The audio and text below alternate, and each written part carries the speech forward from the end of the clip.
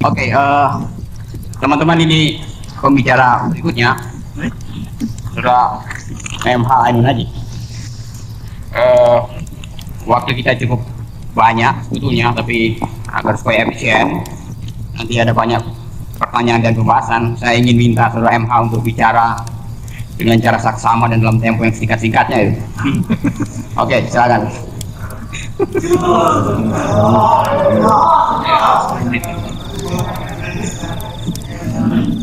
Ya, terima kasih teman-teman sekalian.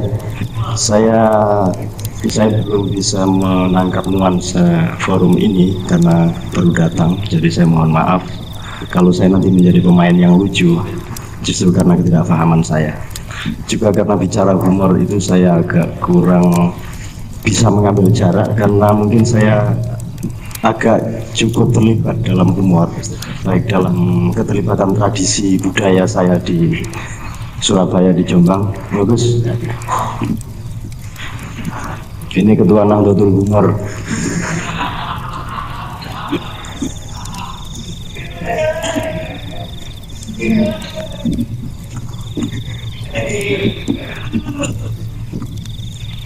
Teman-teman dari Jogja, daripada Anda diawas-awasi, mending agak bungkam sebentar.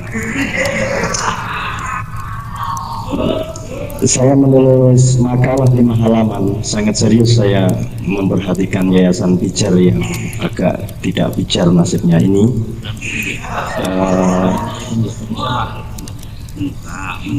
Kok bawaan temen nih menang dedek bore kata traktor memang.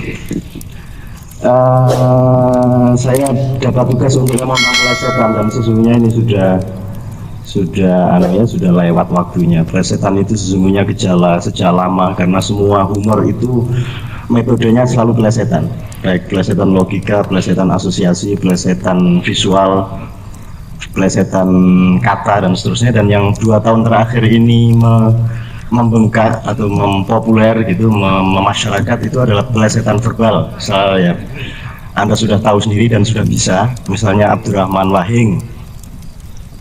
Wahing pon lagi kliwon misalnya, bumbu masak kliwon, atau bumbu penyair bumbu landu paranggi gitu, atau apa dari Sumba Ainun Najib, kasihan nasib rakyat kita Purnamasari, Saridin mbahmu. Itu berdasarkan. Jadi kita bisa mulai dari ketua Nahdlatul Ulama yang sekarang akan berubah nama menjadi Nahdlatul Ummah. Jadi NO-nya sudah beda sekarang. Kalau kemarin ngumpulin ulama-ulama karena pusing melawan ulama-ulama yang tidak pernah baca Quran, terus yang akan dikumpulkan umat saja. Itu contohnya, dan sesungguhnya itu hanya salah satu jenis plesetan, yaitu plesetan verbal. Selebihnya seluruh humor itu plesetan, meskipun tidak semua plesetan itu humor. Nah, nanti mungkin kalau saya ngelihatnya, mungkin karena saya tidak begitu bisa mengambil jarak dari persoalan humor ini, mungkin di sini saya membacanya melewati 3 kategori. Jadi ada dalam kehidupan itu selalu ada etika, ada saintika, dan ada estetika. Dan humor itu menurut yang bisa saya gagas sampai hari ini itu termasuk dalam estetika. Jadi humor itu bagian dari kesenian. Humor hanya bersungguh-sungguh sebagai dirinya sendiri dalam konteks estetika saja, tapi kalau di dalam etika dan saintika itu tidak, dia hanya boleh menjadi rumbai atau hiasan. Kalau di dalam etika dan sains atau kebenaran dan kebaikan, humor menjadi substansi, maka yang terjadi adalah destruksi. Jadi kalau 4 kali 4 itu ya sama dengan 16, itu tidak boleh diplesetkan. Tidak boleh 4 kali 4 sama dengan terserah petunjuk Bapak Presiden, itu tidak boleh. Itu namanya plesetan etis dan saintis gitu ya, dan seterusnya. Jadi misalnya banyak sekali contoh-contoh ya. Saya mencoba menyebut ini 5 halaman ini. Saya kira kalau saya jual di koran 250, padahal honornya di sini mungkin cuma 150. Tapi kalau di jumlah yang 400, tapi ya saya kira bicara dengan keprihatinan finansialnya kali ini juga tidak terlalu menganaktirikan kami yang sudah dipermalukan di depan sini, karena bentuk kami aja sudah merupakan satu komposisi yang sangat humoristik.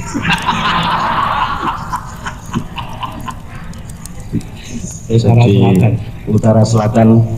Jadi ya ini humor lah sakit, humor ganas. Yang sana Harir, Pak Harto Harirnya menanjak terus, sekarang jadi ketua GNP.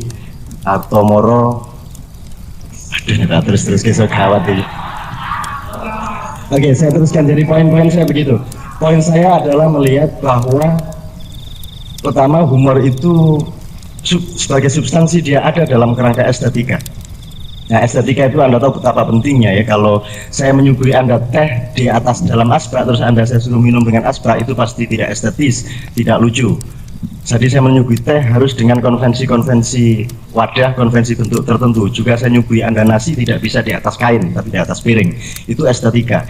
Menurut etika enggak apa-apa, menurut kebenaran juga enggak apa-apa, menurut ilmu kedokteran juga enggak apa-apa disuguhkan di atas nasi disuguhkan di atas kain, tetapi itu tidak estetis, tidak indah.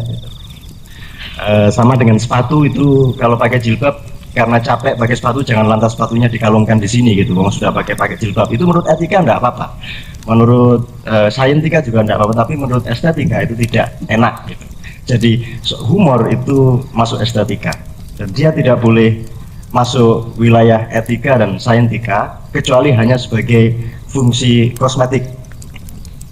Karena itu kalau ada KTT non-blok, kalau tanpa humor sama sekali tidak ada kosmetika, estetiknya juga menjadi kering. Bahkan kalau perlu sembahyang kadang-kadang juga perlu humor gitu, dalam arti humor-humor yang dengan tingkat konvensi ketuhanan yang tertentu ya. Misalnya orang setingkat sufi kayak Gus Dur itu kalau sembahyang sudah sedemikian akrabnya dengan Tuhan sehingga kukur-kukur itu enggak apa-apa. Kalau kita kan masih takut-takut sama Tuhan, masih kayak bertamu ke tempat Pak Gubernur gitu, jadi sopan, kakinya ditekuk baik-baik, gila-gila. Jadi kalau ketuanya seperti itu memang wajar.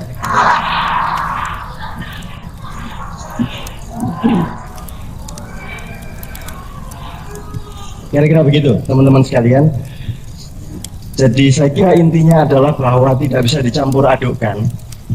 Pancasila tidak boleh dipelesetkan. Pancasila ya Pancasila, ketuhanan yang Maha Esa ya ketuhanan Maha Esa. Kemanusiaan yang adil dan beradab ya kemanusiaan yang beradab, tidak bisa dipelesetkan. Selama ini yang terjadi adalah ada sejumlah perilaku birokrasi, perilaku kekuasaan, perilaku institusi-institusi yang mempelesetkan atau yang menghumorkan masalah-masalah yang serius, yaitu etika dan nilai-nilai kebenaran. Nah itu saya kira harus kita antisipasi, dan mungkin itu salah satu bentuk dari yang oleh panitia disebut humor dalam kedudukannya sebagai fungsi kritis kesadaran, fungsi kritik kesadaran. Selama ini kan Pancasila dipelesetkan, banyak sekali penyelewengan itu kan kata lain saja dari pelesetan kan begitu. Kalau pelesetan seks itu enak, pleset terus itu enak. Tapi kalau pelesetan hukum itu namanya penyelewengan, itu pelanggaran. Kalau pelesetannya menyangkut politik itu berarti korupsi. Menyangkut ekonomi, seharusnya uangnya ke SD Impres ini 300.000 tapi mereset sedikit ke Pak Camat, ke Dinas P dan K ke sini sehingga akhirnya tinggal 150 misalnya. Itu adalah pelesetan yang tidak pada tempatnya. Pelesetan dan humor hanya boleh dilakukan dalam konteks dan substansi estetika. Kalau dalam estetika, pelesetan itu wajib hukumnya atau paling tidak sunat muakkad. Maksud saya kalau inovasi estetika, inovasi kesenian tidak memakai pelesetan, maka dia akan kehilangan girohnya, dia akan kehilangan daya kreatifnya. Seperti Anda mengenal dalam seni rupa ada surrealisme atau ada abstrak ekspresionisme, itu semua pelesetan. Yang seni rupa yang tidak pelesetan naturalis atau realis itu tidak pelesetan, itu persis seperti bentuk-bentuk fisik apa adanya. Tapi kalau sudah mulai figuratif, kalau sudah mulai kubisme, apalagi kalau sudah surrealisme, itu semua pelesetan. Anda tahu lukisannya Salvador Dali yang juga agak sinting, itu semua lukisannya pelesetan. Jam yang mestinya menurut kebenaran fisika tidak bisa, logam itu tidak bisa meleleh kecuali dalam suhu tertentu, oleh beliau dilelehkan gitu. Jadi kalau dalam estetika plesetan itu memang sangat diperlukan gitu. Tapi kalau di dalam etika tidak boleh. Kalau hidung segini tidak boleh dipanjang-panjangkan, kepala tidak boleh dibesar-besarkan, hutang tidak boleh diminim-minimkan. Kata-kata hutang tidak boleh diganti dengan kata bantuan, itu plesetannya berbahaya. Utang ya utang, mulai kakek ngomong.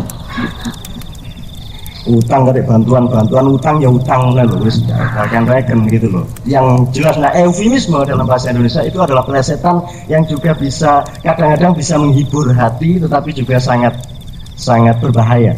Karena eufemisme itu mengkamuflase pengetahuan kita dari realitas gitu. Jadi kalau dulu pelacur, sekarang pelacur tidak ada, sudah menjadi tuna susila. Sekarang wanita tuna susila di Jawa Timur sudah tidak ada, diganti menjadi wanita idaman. Wanita harapan. Lu ya apa rene pelacur wanita harapan nih? Anak saya mau saya sebut wanita harapan tidak bisa lagi, karena begitu disebut wanita harapan atas usul Gubernur Sularso, dia diasosiasikan orang sebagai pelacur. Jadi ini eufemisme ini gawat memang. Jadi saya kira kita harus mengantisipasi soal ini. Saya memberi metafor kalau misalnya gini, humor itu sangat serius sebagai dan di dalam dirinya sendiri. Ini saya serampangan aja saya sebut. Jika humor diterapkan sebagai prinsip dalam kebenaran ilmu, tata negara, peribadatan, pergaulan rakyat negara, manusia, Tuhan dan seterusnya, ia merusak. Dia seperti melipat kaca gitu.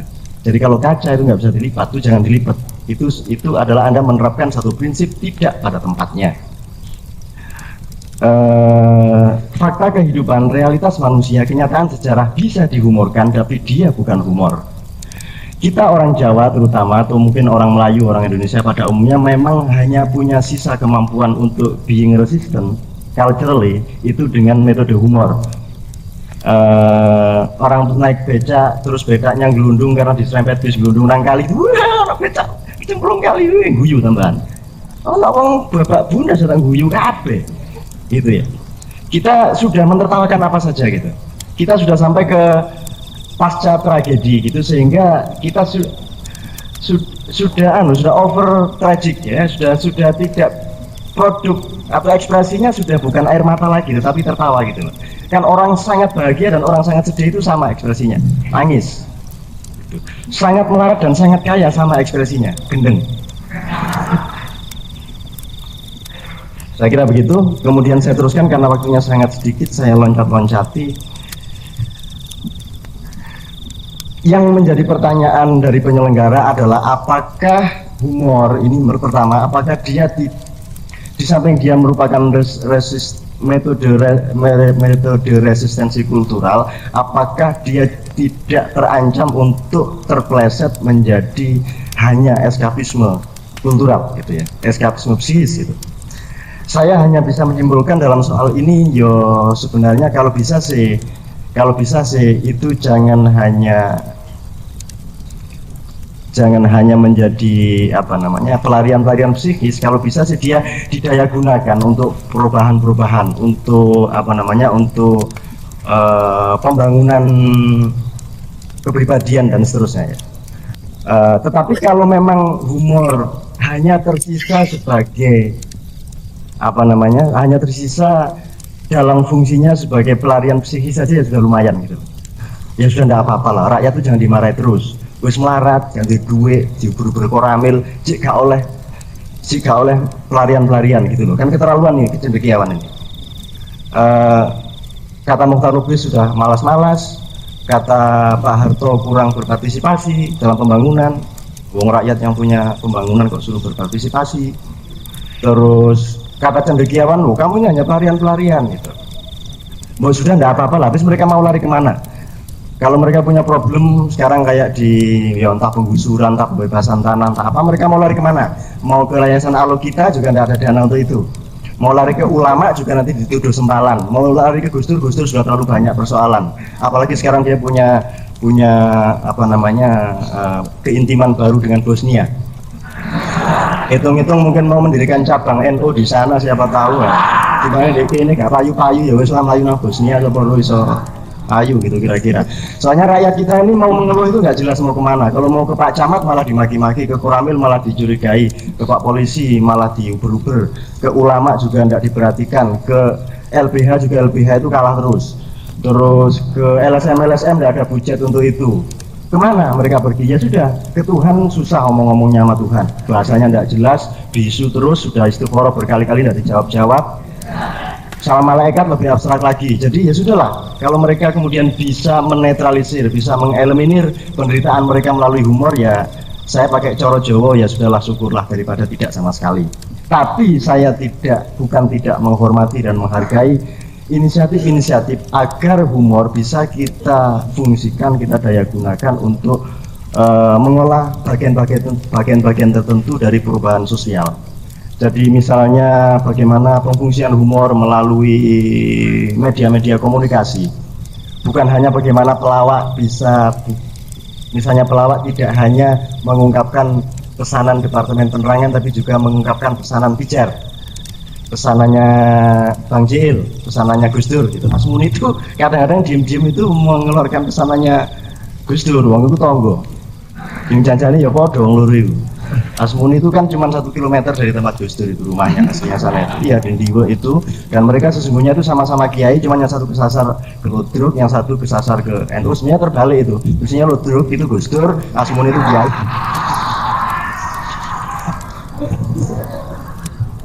Ya nggak apa-apa, bagus supaya setan lanjutan tikus ya. Meneh-meneh lah, muga-muga sampean bisa jadi ketua GNP.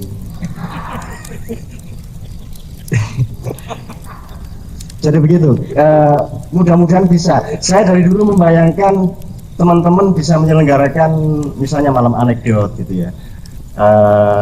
Puisi sudah konotatif ya, secara politik sudah sangat konotatif dan sangat sensitif untuk dicurigai. Kesenian tradisi juga sudah tidak efektif lagi karena sudah diplesetkan fungsinya. Seperti Anda tahu misalnya yang pernah kita diskusikan di ruangan ini tentang Punokawan di TV itu ya, Gegareng Semar Bagong Petro, itu kan dia sangat diplesetkan, bahkan dibalik dari hakikat filosofisnya. Tidak ada ceritanya Semar itu menyuarakan Bendoronya, tapi Semar selalu menyuarakan apa-apa dari kampungnya ke Bendoronya. Tapi kalau Semar di TVRI kan Semar yang terbalik. Jadi itu sesungguhnya adalah plesetan Semar yang besar-besaran, dan itu merupakan ancaman besar bagi kesehatan budaya di Indonesia. Tetapi teman-teman sekalian, betapapun kita punya pretensi untuk, terakhir sekali ya, betapapun punya pretensi untuk memfungsikan humor, tetapi saya kira kita jangan terlalu jangan terlalu nafsu gitu ya. Teman-teman mahasiswa itu seringkali terlalu bernafsu dalam arti begini, ono opoe ada apa saja ingin dimanfaatkan untuk kepentingan baik sih maunya, kepentingan perubahan. Ada orang sakti, ada mau dimanfaatkan, ada dukun mau dimanfaatkan, akhirnya sama saja dengan pemerintah gitu loh. Dan juga efek internalnya, saya khawatir kalau kita terlalu bernafsu memanfaatkan humor, itu nanti nggak lucu lagi. Anda nggak tahu susahnya orang melawak, Anda tidak tahu susahnya orang bikin humor. Begitu Anda kasih pesanan, begitu Anda kasih indoktrinasi psikologis, dia menjadi macet, ini metabolisme kreatifnya menjadi macet. Dia kehilangan spontanitas, dia kehilangan keenakan untuk melawak, dia kehilangan daya humor. Kecuali orang-orang yang mumpuni dan jenius saja yang mampu mengatasi itu semua gitu. Jadi saya kira kalau toh kita akan mendayagunakan itu, kita harus tahu persis caranya bagaimana approach kepada pelaku-pelaku humor. Jangan kita terlalu mendorong-dorong dia gitu.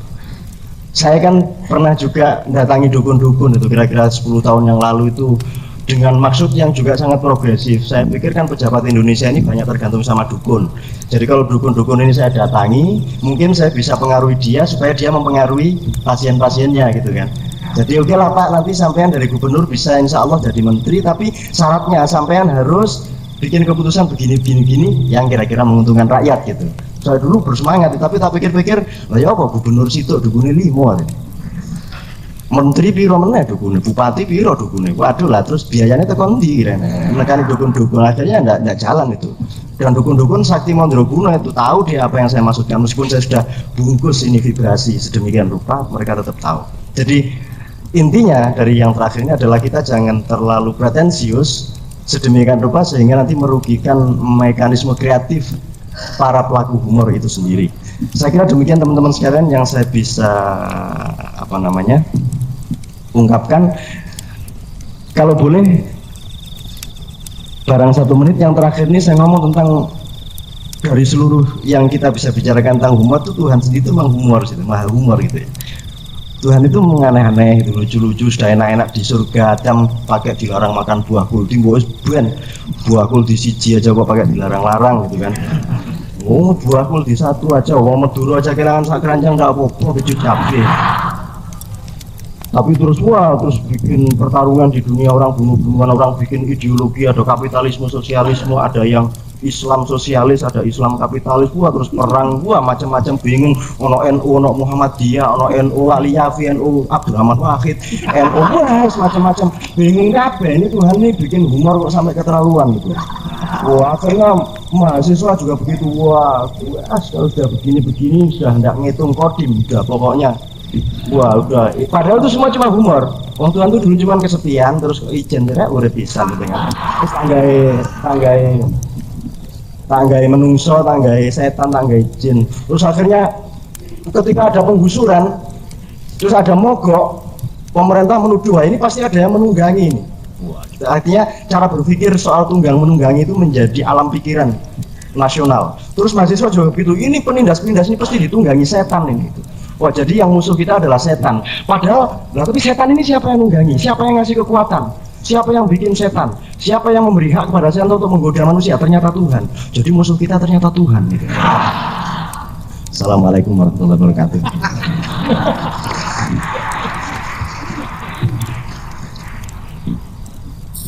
Saya sebenarnya ragu-ragu mau kesini tuh, karena traumatik saya. Karena disinilah saya kalah dengan Sersan.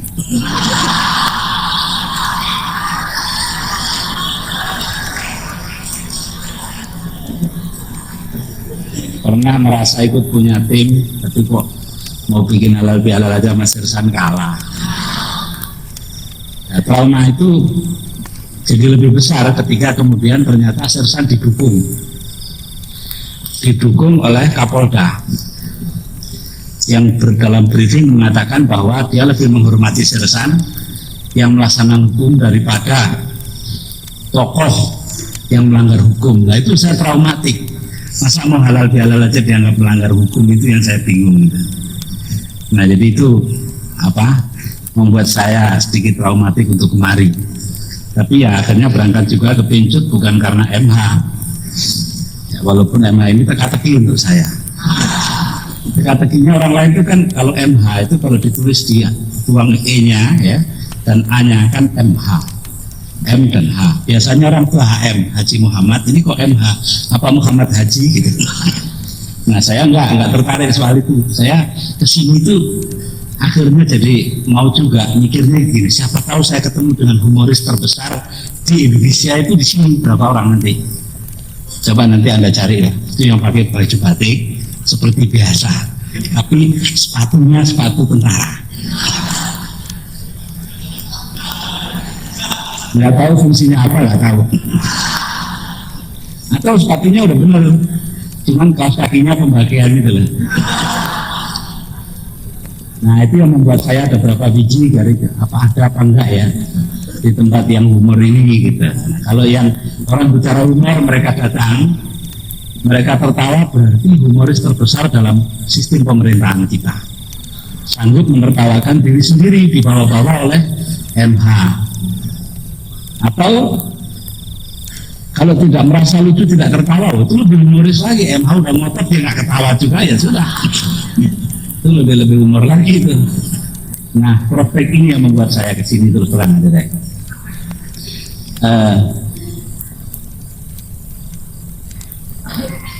Kalau kepada saya dibebankan tugas bicara tentang soal suksesi dan humor. Padahal suksesi itu sendiri sudah humor, jadi ini berarti humor dan humor. Ini yang membingungkan ya, judul ini nggak tahu Yayasan Pijar ini gimana ini.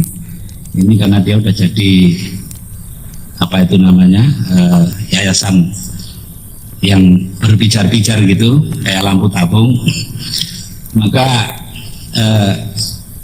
memberinya judul pun nggak jelas.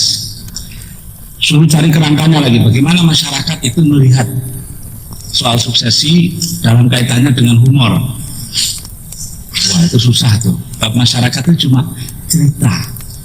Mereka nggak pernah bikin kategorisasi apa-apa tentang kelakuan-kelakuan politik. Mereka cuma bercerita dan mentertawakan isi cerita. Umpamanya nih soal suksesi. Suksesi itu apa sih? Kan pergantian kepemimpinan. Pergantian kepemimpinan terjadi manakala sang pemimpin sudah memperoleh gantinya. Nah, ada seorang pemimpin kepala pemerintahan, nggak usah disebut namanya, ditanya sama tukang cukur, kan cukur tuh tiap berapa setengah bulan sekali kan, Pak, udah ketemu belum Pak gantinya? Belum? Wah, masih lama Pak ya? Iya. Nah, ngomong lain, ganti acara. Cukur lagi setengah bulan, udah ketemu gantinya Pak? Ini kan suksesi Pak, udah ketemu belum gantinya? Belum. Wah, masih lama Pak ya kalau belum ketemu? Oh ya. Begitu terus sampai 10 kali, lama-lama kan ingat sang pemimpin ini. Dia bilang, kamu ini apa sih? Nanya, gimana nggak senang saya jadi kepala pemerintahan seperti ini? Bukan begitu Pak, setiap saya tanya udah ketemu gantinya nih, bulu-bulu Bapak berdiri jadi gampang motongnya.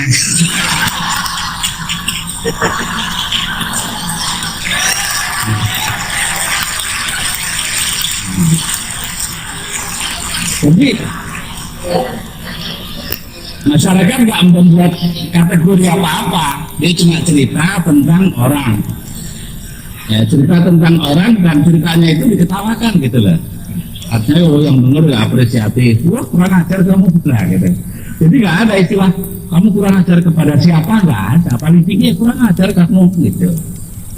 Ya, ada lagi yang nanya, wah enak ya pemimpin kita ya, kenapa? Kalau orang lain mantu mah dibeliin TV, iya. Kalau ini mah dibeliin stasiun TV ya. Ini persepsi humornya masyarakat yang kayak begini.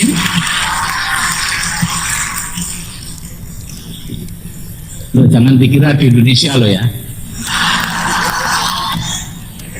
Indonesia nggak ada begitu, nggak dibeliin. Kalau di Indonesia nggak dibeliin, beli sendiri. Ya, jadi tempat lain ini yang diceritakan ini.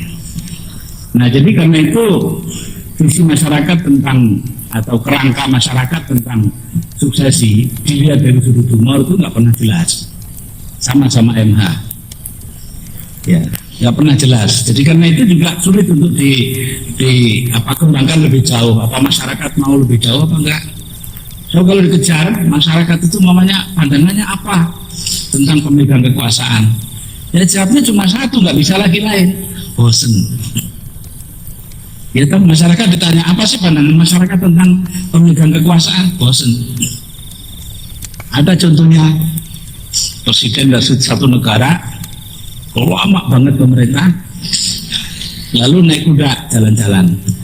Orang bosen sama dia semua kan, jalan naik kuda, nyebrang jembatan, nyebrang kali. Tahu-tahu kudanya takut lihat air deras mengalir, lompat jatuh itu kepala negara dalam air. Cari nggak ketemu, tahu-tahu dia hanyut.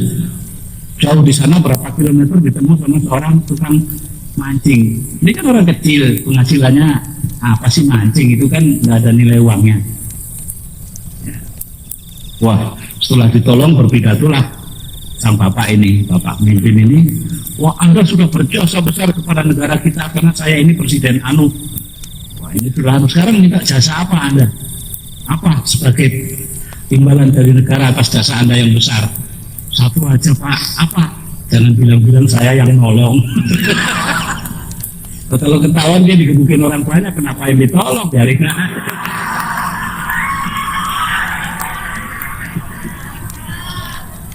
Nah inilah, saya baca ini di buku barat ya, jadi bukan Indonesia.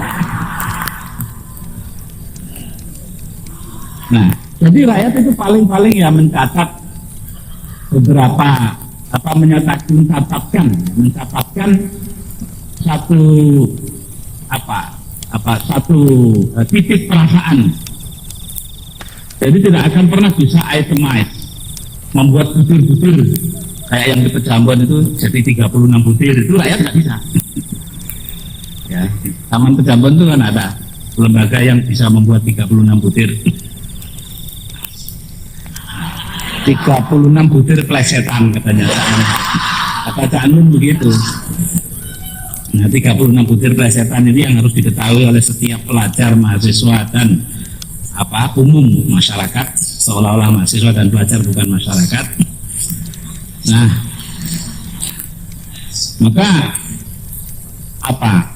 rakyat itu nggak bisa mensistematisasikan apa yang mereka amati, observasi mereka.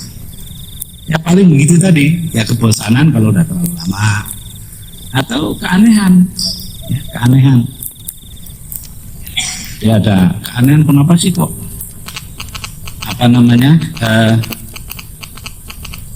orang Indonesia ini kok pada banyak yang meriksain gigi aja ke Singapura gitu.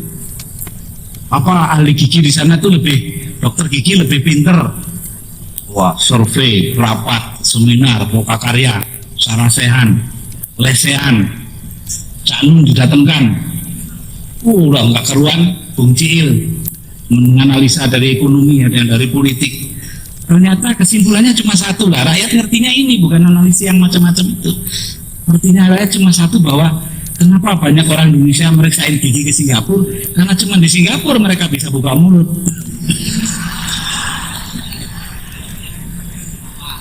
Ya, ini aja nyatet begitu aja. Ya, jadi karena itu menurut saya kalau mencari kerangka bagaimana masyarakat itu memandang suksesi dari sudut humor, itu terpulang kepada masing-masing kerangkanya. Masing-masing orang, yang namanya masyarakat itu kan terdiri dari individu-individu.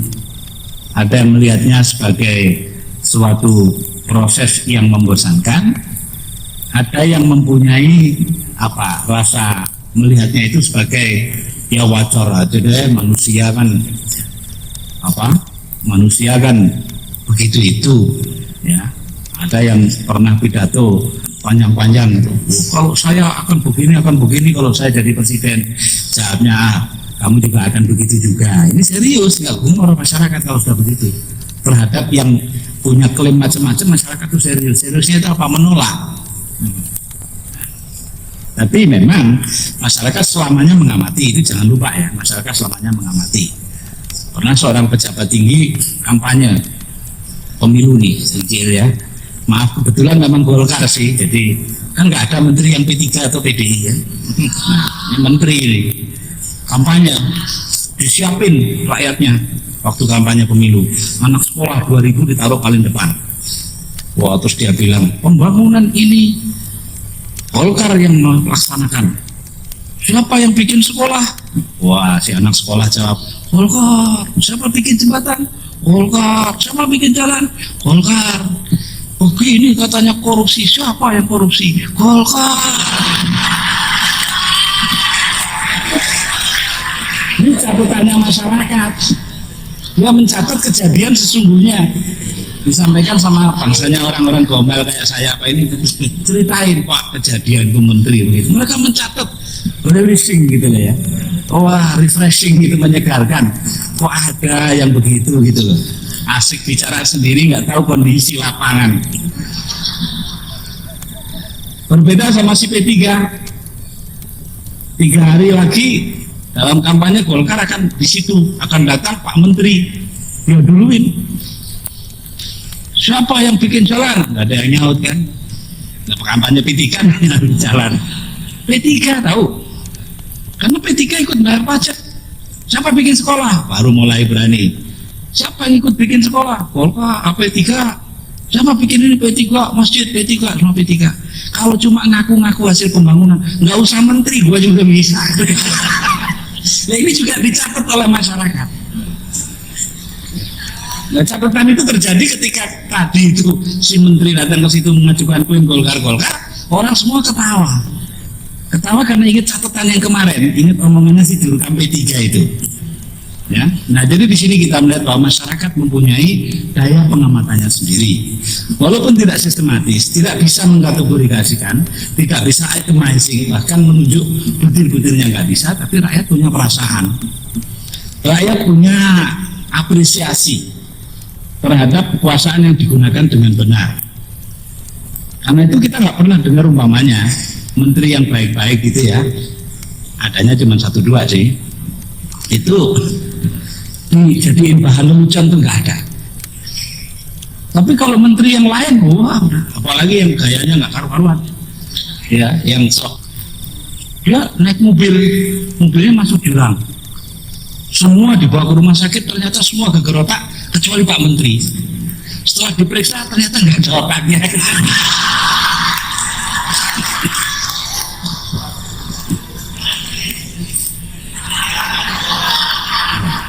Nah ini, jadi kalau menteri yang baik-baik nggak bakal diceritain begitu.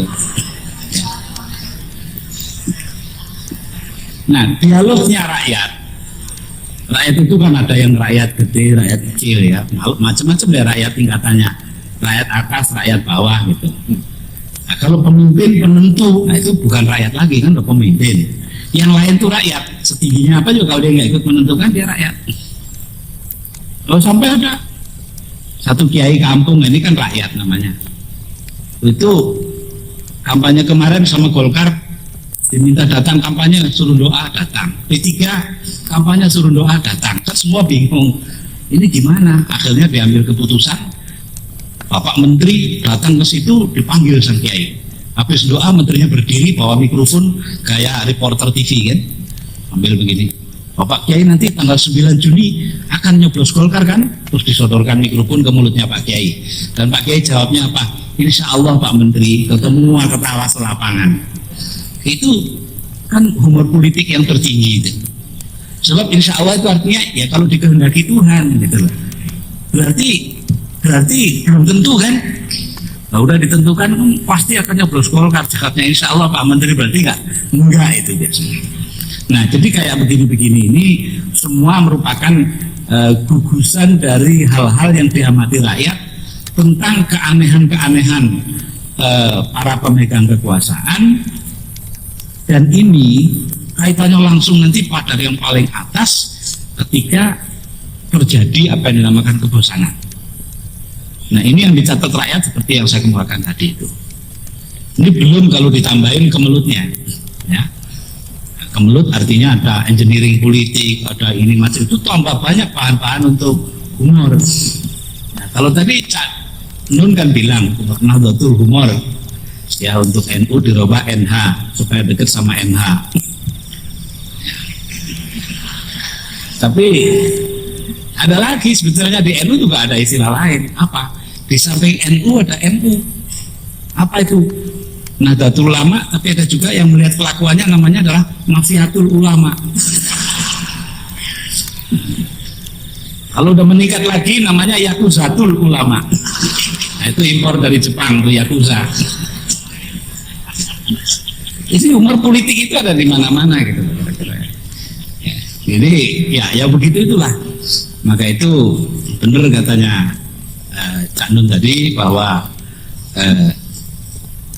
kalau humor itu muncul dari rakyat dengan sendirinya sebagai hasil pengamatan mereka, maka itu akan terasa betul-betul apa itu namanya memiliki nilai apresiasi yang tinggi dan masyarakat bisa apresiatif.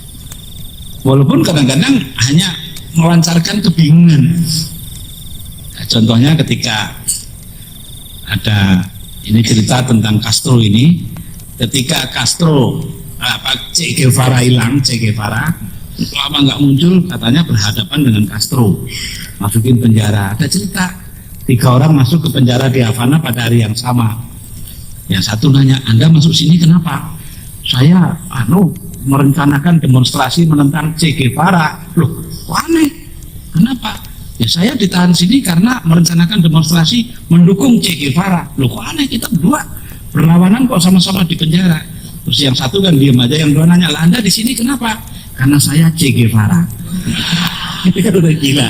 Kalau kebingungan yang paling total itu, yang mendukung nggak tahu yang didukung, yang menentang nggak tahu yang menentang, dan pemerintah nangkep tiga-tiganya itu.